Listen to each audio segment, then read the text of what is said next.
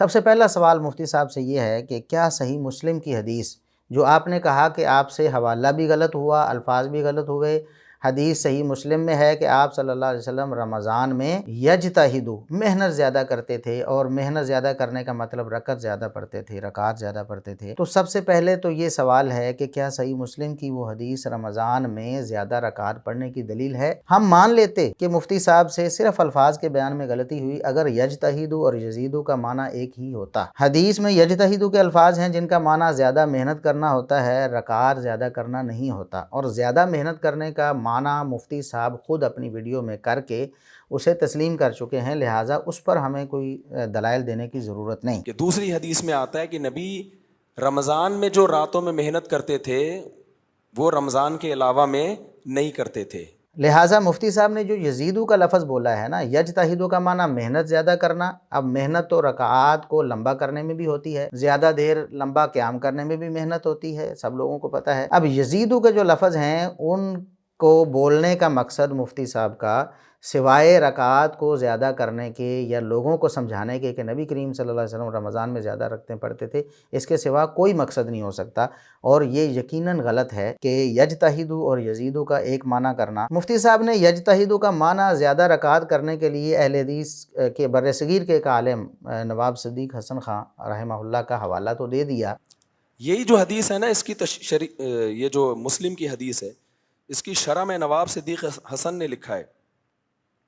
نواب صدیق حسن ہندوستان میں بڑے اہل حدیث عالم گزرے ہیں۔ انہوں نے فرمایا کہ یعلم من حدیث ان کان رسول اللہ صلی اللہ علیہ وسلم یجتہد فی رمضان ما لا یجتہد فی غیرہ، رواہ مسلم، ان عددہا کثیر۔ لیکن متقدمین محدثین کو چھوڑ دیا، جو کہ انتہائی غیر منصفانہ عمل ہے۔ ہم دیکھتے ہیں کہ امام ابو عوانہ رحمہ اللہ تعالی یعقوب بن اسحاق بن ابراہیم نیسابوری، ان کی وفات ہے 316 ہجری میں، یعنی تیسری صدی ہجری کے محدث ہیں، چوتھی صدی ہجری کے آغاز میں ان کی وفات ہو گئی۔ انہوں نے یہی حدیث ذکر کرنے سے پہلے باب قائم کیا۔ کہتے ہیں کہ ایک حدیث آتی ہے جو کہ بظاہر ایسا لگتا ہے کہ نبی کریم صلی اللہ علیہ وسلم جو 11 رکعت رمضان غیر رمضان میں پڑھتے تھے، تو اس حدیث میں ہے کہ آپ صلی اللہ علیہ وسلم یجتہدو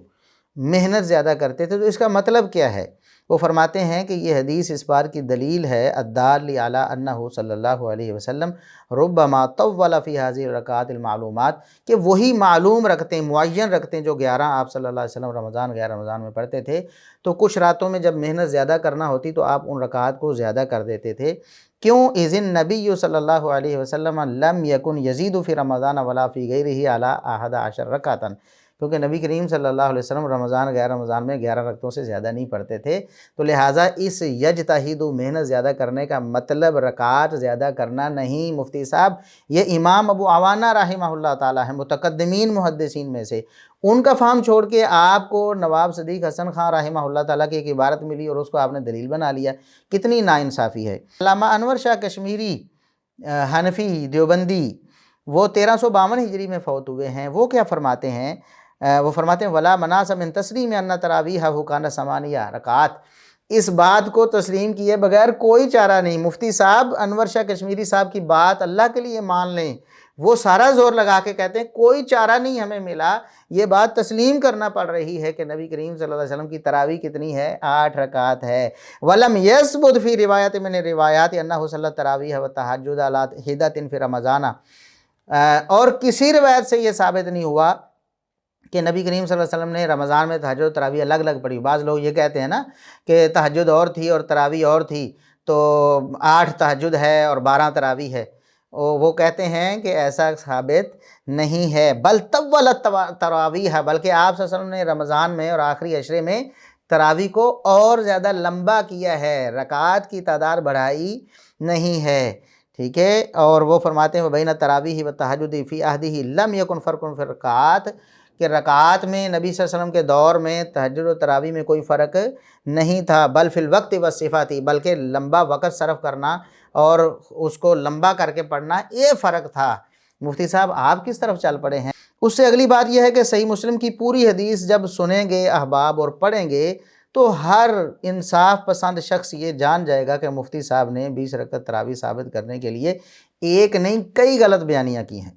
صرف الفاظ کا مسئلہ نہیں ہے، یجتہدو کے لفظ اور یزیدو کے لفظ کا فرق کا مسئلہ نہیں، صرف بخاری اور مسلم کے حوالے میں فرق کا مسئلہ نہیں ہے، بلکہ ایک اور بڑی غلط بیانی جو مفتی صاحب نے کی ہے وہ یہ ہے، حدیث میں جو الفاظ ہیں وہ آپ ملاحظہ فرمائیں، آپ کی سکرین پر بھی انشاءاللہ سکین جو صحیح مسلم کا اوریجنل سکین ہے عربی میں وہ آپ کے سامنے آئے گا کہ کان رسول اللہ صلی اللہ علیہ وسلم یجتہد فی العشر الاواخر ما لا یجتہد فی غیرہ، کہ رسول اللہ صلی اللہ علیہ وسلم رمضان کی آخری 10 راتوں میں، آخری 10 دنوں میں آپ اتنی محنت کرتے جو آپ عام دنوں میں نہیں کرتے تھے، نہ پورے سال میں نہ رمضان کے پہلے 20 دنوں میں۔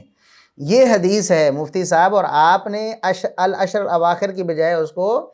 رمضان پورے کے ساتھ فٹ کر دیا تاکہ آپ 20 رکعت تراویح جو ہے نا وہ ثابت کر سکیں۔ اب ان الفاظ سے تو صاف طور پر معلوم ہو رہا ہے کہ رسول اللہ صلی اللہ علیہ وسلم آخری 10 راتوں میں محنت زیادہ کرتے تھے، اور مفتی صاحب کی حدیث کے حوالے سے احتیاط کا عالم یہ ہے کہ ان کی اب ایک غلطی سامنے آ چکی تھی، بلکہ 2 غلطیاں سامنے آ چکی تھی۔ ایک تو یجتہدو کی جگہ یزیدو کے لفظ، دوسرا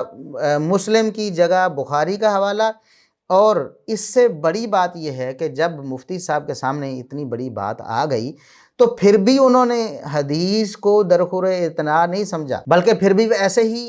ریاکشن ریکارڈ کروا دیا، جواب ریکارڈ کروا دیا۔ صحیح مسلم اٹھا کے نہیں دیکھا کہ یہاں تو رمضان کے الفاظ نہیں ہیں، یہاں العشر الاواخر کے الفاظ ہیں، آخری 10 دنوں کی بات ہو رہی ہے مفتی صاحب، پورے رمضان کی بات نہیں ہو رہی، لہٰذا آپ کی دلیل تو گئی نا۔ آپ نے صحیح مسلم اٹھا کر نہیں دیکھی،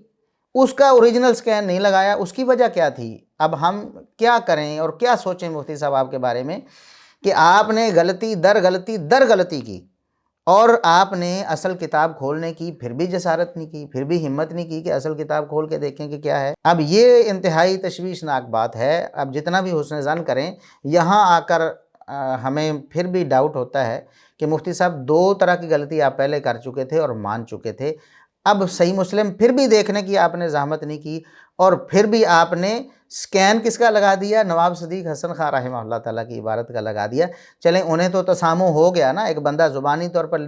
بیٹھا لکھ رہا تھا اور لکھتے اس نے استدلال بھی کر لیا، آپ نے کیوں نہیں صحیح مسلم کھولی جبکہ آپ کی 2 غلطیاں پہلے سامنے آ چکی تھیں؟ بہرحال یہ ایک سوال ہے، اگر بالفرض ہم مان بھی لیتے کہ یجتہد اور یزید کو ایک معنی ہے، پھر بھی آپ کا استدلال باطل ہو جاتا ہے، کیونکہ یہ تو آخری 10 راتوں کے بارے میں ہے، پورے رمضان کے بارے میں نہیں ہے۔ جب پورے رمضان کے بارے میں نہیں ہے تو پھر آپ کی دلیل کہاں گئی؟